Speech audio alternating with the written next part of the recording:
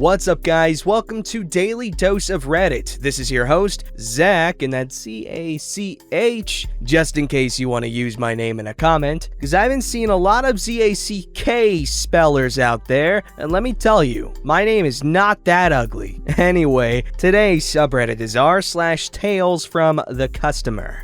Alright, this story's called One of the Nicest Doctors I've Ever Had. I apologize in advance for the long post. I'll do my best to keep it shorter, but there's quite a bit to get through. I had quite an experience while trying to get some painful skin tags and moles removed from my neck and head. It started as a semi-disaster, but turned into an experience with one of the kindest doctors I've ever had. Just a note, this doesn't take place in the US or UK. In early January, I wanted to get some skin tags and moles removed. I was actually going to wait a bit longer until my financial situation had improved, but it was getting to the point that even wearing a shirt was causing them to catch painfully, and I wasn't able to sleep properly at night. So I decided to look for a dermatologist. I have medical aid. This particular medical aid I was part of actually has this really detailed and handy site. One of the features was that you could log in with your details and see what specific doctors are nearby and what is covered by the medical aid depending on what your plan is. I used this website to find a dermatologist and found two nearby that were listed as full cover. One was booked until late March. The second could see me next week. I booked with the second one and made sure to ask if they were indeed covered by my medical aid. The receptionist confirmed and everything was set. I went in and started filling in the forms for the new patients. I noticed that there was no extra paper about medical aid, basically where you fill in all the details so that the claim could be submitted, and I asked where it was. The receptionist said that they don't do those forms, and I would be expected to pay up front for the appointment and any procedures. I froze and said that I was counting on my medical aid to cover everything, and that I had confirmed with the office that everything would be covered. The receptionist then apologized and said she may have misheard me when I asked. I would have to ask my medical aid directly for reimbursement, but to not hold my breath, as apparently this kind of doctor is not fully covered as is claimed on the website. I began to panic. At this point in my life, my situation was very dire. I had been out of a job for about 6 months at this point. My finances were very low, and even if I did manage to pay, I'd be lucky if I even got half of it back. I phoned my aunt in tears, unsure of what to do. She suggested trying to see if I could talk to the doctor briefly without being charged, just to figure out if there was anything that could be done. I did so and approached the doctor as soon as she came out of her office. I pleaded if I could have just 5 minutes with her without being charged. She agreed, and I explained the situation to her. My face was absolutely burning with embarrassment, and I had tears running down my cheeks. That was when I found out. Turns out every dermatologist on my AIDS list has been trying to get off that list for nearly 2 years, as many patients have come to them with the expectation that the whole thing would be covered. But apparently, that was all false information. I showed her what I needed removed, asked her how much she thinks it will come to, including appointment, and if she would accept some sort of payment plan. I informed her that I was currently out of work, but if she gave me time,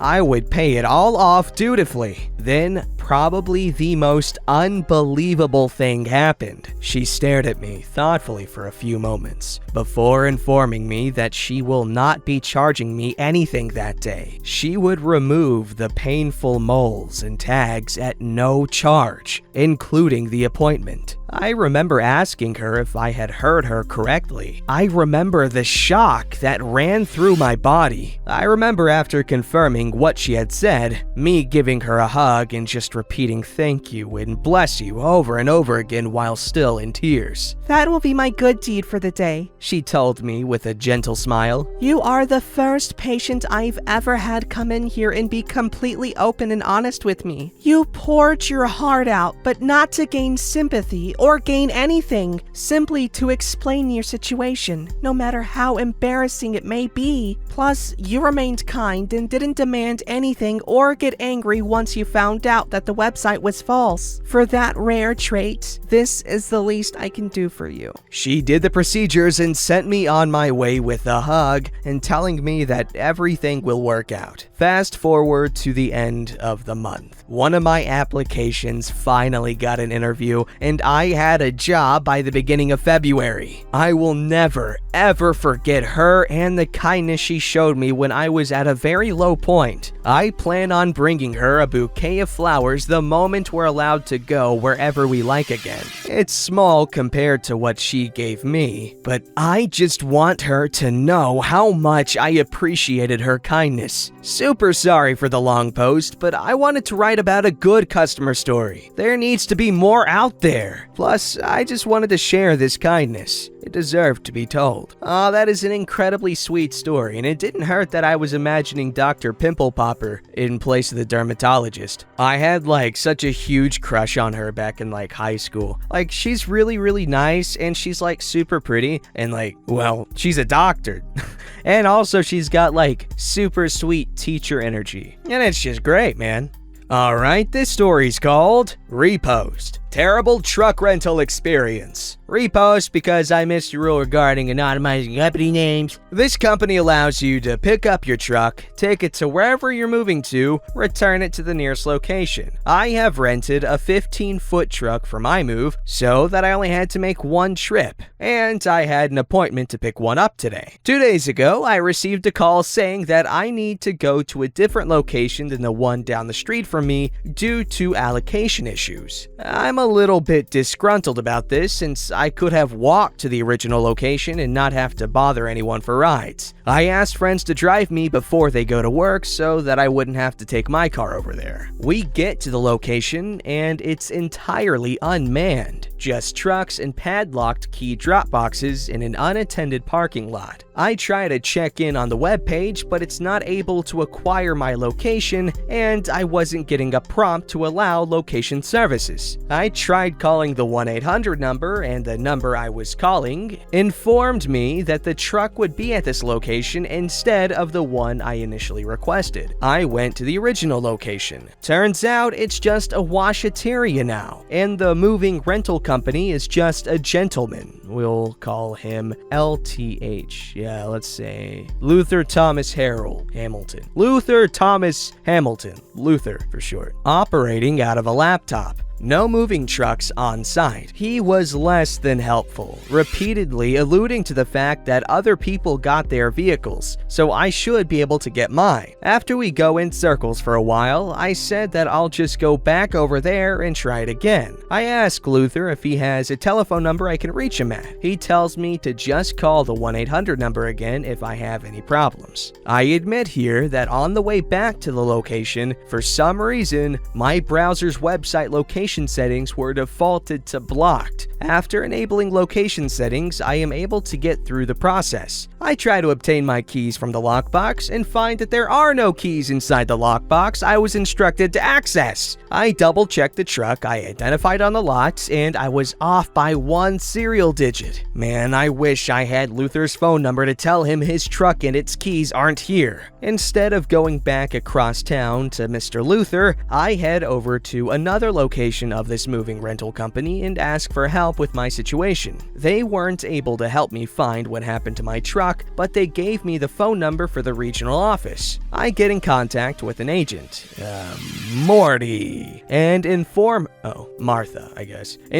her of the situation so far. I do tell her that the operator she has for this location has the vehicles unattended in an empty lot, and that he's been less than helpful. After a whole hold, she tells me she's been in contact with him and understand what I meant by less than helpful. She says he asked to make sure I double check the lockbox, to which I state that I've already checked it 3 times. She puts me on hold one more time, says she's trying to get this resolved because enough of my day has been wasted. At this point, my friends giving me a ride are hungry and we've been in a circle across town for an hour, so we stop to get food. After about 10 minutes, I am pulled off hold. She asks if I'm on the location. I say no, we stopped to get food, but we're between Luther's office and the unattended lot. She asks me to return, that Luther will be there to assess the situation and see what he can do, and that he may offer me a different truck at no extra cost. At this point, I'm really frustrated and inform her that I'd like her to pass a complaint up the line if she can, that it's really unprofessional for him to have company assets located on an unattended lot in a moderately sketchy neighborhood and to have to travel and waste clients' time in order to be able to provide customer support on site. On the other hand, I confirmed Martha's name and tell her that she's really helped speed up the process because I don't think I could have convinced Luther to give me his phone number, much less come out to the site. I get there and there is another gentleman towing a 15-foot truck. I ask what's going on. He says that the other truck is going to another city, and because the one that was supposed to was stolen the other night. Luther arrives. He's opening all the lock boxes trying to find the key to a truck that isn't on the lot. He offers me a 20-foot truck at no extra cost. I ask if there's a 15-foot truck anywhere in the area. There is not one within 30 minutes of us. I reluctantly take the 20-foot truck, knowing it's an added risk to drive that through construction. Defeatedly,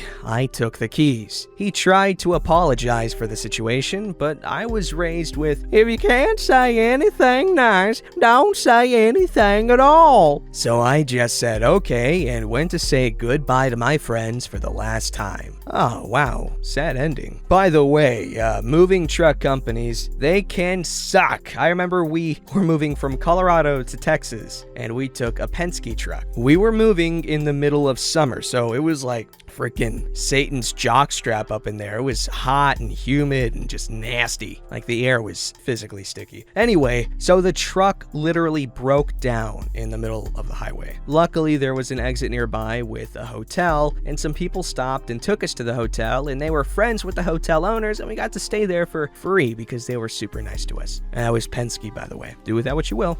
This story's called Delivery Driver Playing Knock and Run. This just happened and I am pissed! On mobile and English is my first language. So for context, I'm disabled, live in constant pain and great difficulty getting around. A few days ago, I was browsing the internet and stumbled upon a nice looking waterproof jacket. Since I didn't have a decent raincoat to my name, I decided to buy it. A few days later, I get confirmation that my package would be delivered on X day between 2 p.m. and 4 p.m. Now, I live on the first floor of my apartment and my security buzzer doesn't work. Terrible landlord, meaning that I can hear when someone pushes my buzzer, but I have to walk downstairs to let them in. I think you know where this is going. Normally, when someone buzzes me in, I can get to the security door in 10 seconds, with me shouting to them to wait. The corridor echoes really loudly, so they always hear me. So yesterday, I'm sat at home waiting for my delivery with the sound on my TV turned down low, listening patiently for my buzzer. Finally, it happened.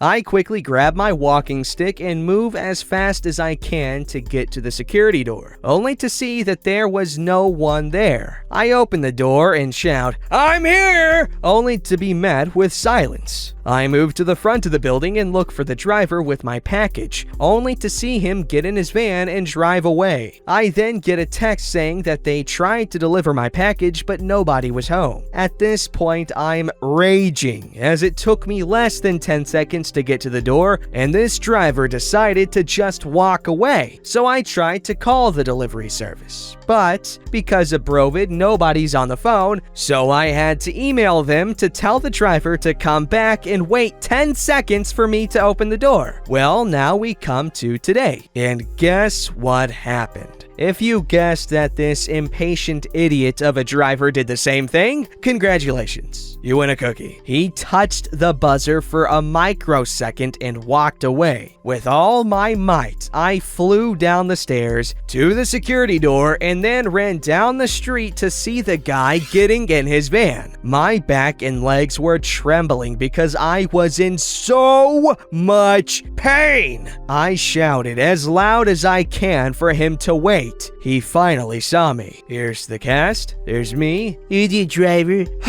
Are you delivering to X number? Yeah, why? That's me. Didn't you hear me shouting for you to wait for me? No? Why didn't you answer the buzzer? I did. Couldn't you wait for 10 seconds for me to answer it? If the buzzer was broke, it's not my fault. Do you not know that disabled people exist in this world? And don't you wait for a response when you bust someone's door? I don't have to take this abuse. You're not getting your package. Are you freaking joking right now? I'm freaking crippled and you made me run down the freaking street chasing after you because you can't wait 10 freaking seconds for a reply? Listen, pal, I already got written up this morning because of you, and I don't have to take this abuse. I've just marked your package as refused, so you're not getting it. So, you've been told by your own boss to wait for me, and you completely ignore him and play knock and run on a crippled man again, and now you're going to steal my package? I'm reporting you for your abuse to my head office. I'm not taking that from you. And he gets in his car and gets his phone out. At this point, I walk away. I get in my flat and grab my phone to read the riot act to his boss. But before I do, I then get a knock on my front door. Not the buzzer, but my apartment door. In other words, he could get in anytime he wanted, as the security door has a missing window next to the lock. And here stands idiot driver with my package in hand and a lost, sad puppy dog look on his face, being as apologetic as he can, saying that he was sorry for the misunderstanding and hopes we can put this behind us, and puts his hand out to shake mine. I may be pissed, but I'm not petty, and accepted his apology and shook his hand. But I'm no fool. I know damn well why he was kissing my ass. He told his boss that I was an abusive customer, and his boss took my side and chewed him out and told him to apologize. But the last nail in the coffin for this crappy day, the jacket I bought was too small. Father, mother, llama. Anyone who wants to put this on YouTube, you have my permission, and edit as you see fit. Laters. Well, thank you for the permission, because I really want to change the title to this, because delivery driver playing knock and run is wrong. Okay, it's delivery driver playing ding dong ditch. Knock and run. What the hell is this? The UK? That sounds like something someone from the UK would call ding dong ditch.